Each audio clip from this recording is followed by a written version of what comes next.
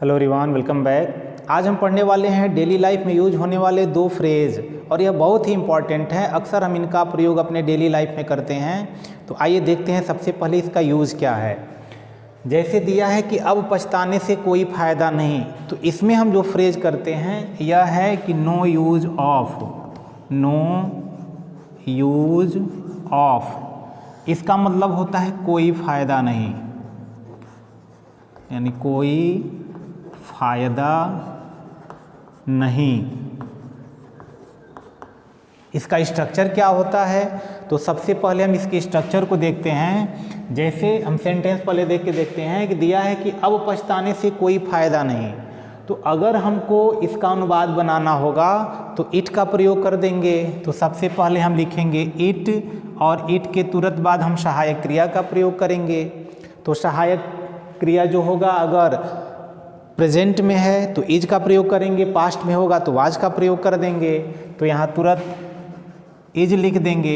अब इस phrase no use of का प्रयोग करेंगे, क्योंकि आया है यानी अब पछताने से कोई फ़ायदा नहीं, तो कोई फ़ायदा नहीं के लिए नो यूज ऑफ का प्रयोग करेंगे। तो यहाँ लिखेंगे नो यूज ऑफ, और जैसे ही नो यूज ऑफ आ जाएगा उसके बाद हमको वर्ब फर्स्ट फॉर्म लिखना होगा और उसमें आईएनजी जोड़ना होगा। अब क्यों आईएनजी जोड़ते हैं कि अगर किसी भी क्रिया के पहले अगर कोई प्रीपोजिशन आता है तो उसके बाद आने वाला कोई भी जो क्रिया होता है वह हमेशा जिरंड फॉर्म में चला जाता है, इसलिए इसमें आईएनजी जोड़ देंगे।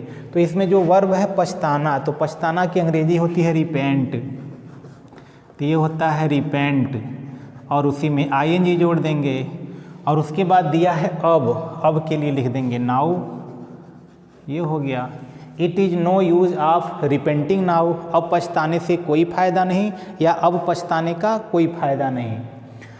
उसी प्रकार अगला सेंटेंस है कि अब रोने से कोई फ़ायदा नहीं, इसका भी अनुवाद ऐसे ही बनेगा, अब रोने से कोई फ़ायदा नहीं। तो इट इज़ हो गया नो यूज ऑफ, और ये हो गया रोना, तो यह जिरंड फॉर्म में वीपिंग, और उसके बाद लिख देंगे नाउ, अब रोने से कोई फ़ायदा नहीं, यानी इट इज़, उसके बाद नो यूज ऑफ या फ्रेज का प्रयोग कर दिए। फ्रेज के तुरंत बाद यहाँ पे हम जो वर्ब लिखेंगे फर्स्ट फॉर्म लिख के आईएनजी यानी जिरंड फॉर्म में, बाकी जो बचेगा उसके बाद लिख देंगे। उसी तरह अगला सेंटेंस है कि झगड़ा करने से कोई फ़ायदा नहीं, यानी झगड़ा करने से कोई फ़ायदा नहीं है। तो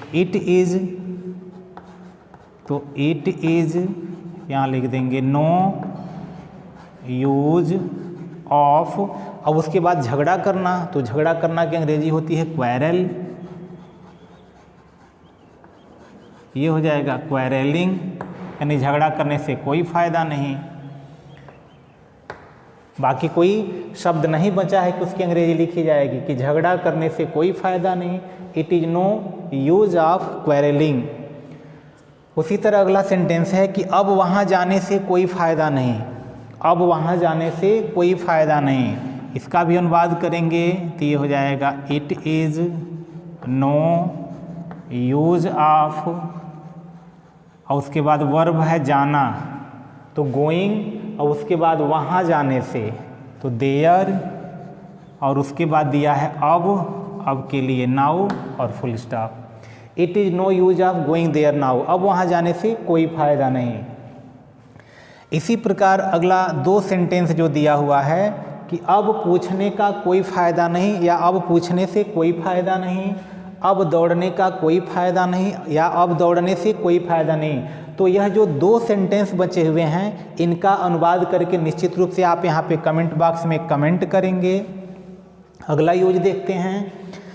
अगला सेंटेंस है कि आप यहाँ कब तक रहोगे, तो यहाँ एक शब्द आया है कब तक, तो कब तक के लिए हम शब्द प्रयोग करते हैं हाउ लॉन्ग।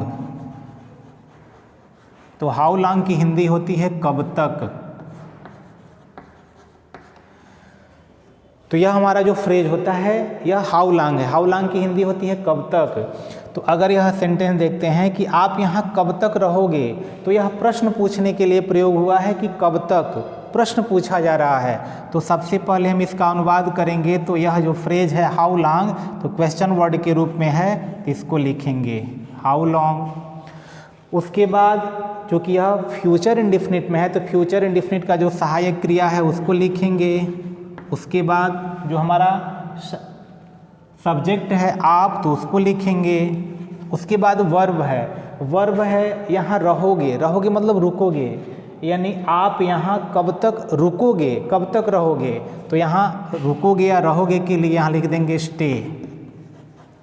और उसके बाद दिया है यहाँ क्वेश्चन मार्क, यानी how long will you stay here, कि आप यहाँ कब तक रुकोगे। तो इस हाउ लॉन्ग का प्रयोग हम कब तक के लिए आसानी से कर सकते हैं, और ऐसे सेंटेंस हम अक्सर अपने प्रतिदिन के दिनचर्या में बोलते हैं, और कन्वर्सेशन में हम ऐसे सेंटेंस का अक्सर हम प्रयोग किया करते हैं और हम कर भी सकते हैं। आगे देखते हैं, वह आपकी कब तक सहायता करेगा। फिर पूछने के लिए आ गया है कब तक, तो कब तक के लिए यहाँ प्रयोग करेंगे हाउ लॉन्ग।